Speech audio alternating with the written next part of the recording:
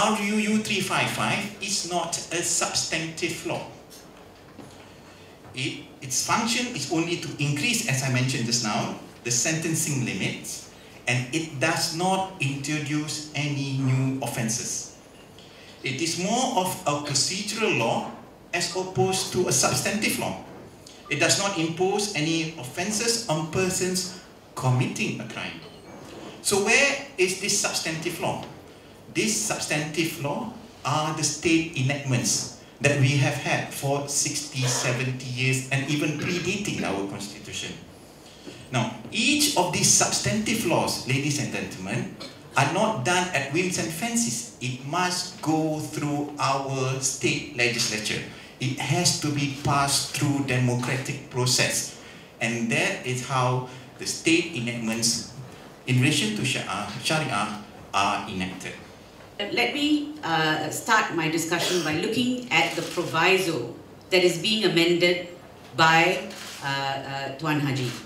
And what it does is, it changes the 3 years, it increases it now to 30 years, so that's 10 times. It changes the 5,000, amends the 5,000 limit, makes it 100,000, which is 20 times what it was. And then it amends the 6 strokes to 100 lashes, which is 16 times about what it was.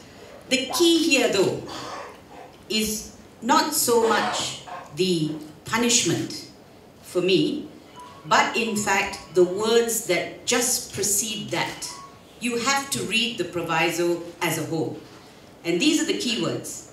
It says, provided that such jurisdiction shall not be exercised in respect of any offence punishable with, and then they talk about the punishment. So it says the jurisdiction of the Syariah Court shall not be exercised in respect of any offence.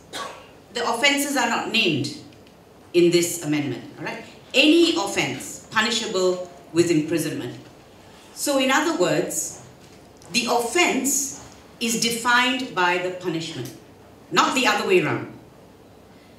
Normally it should be the punishment that is defined by the offence. Here it is the offence that defines the punishment. So what we have here then, we have to now scour around all the state legislation and see what could possibly fall within the scope of that punishment. And then we can derive from that, perhaps, what offences are covered.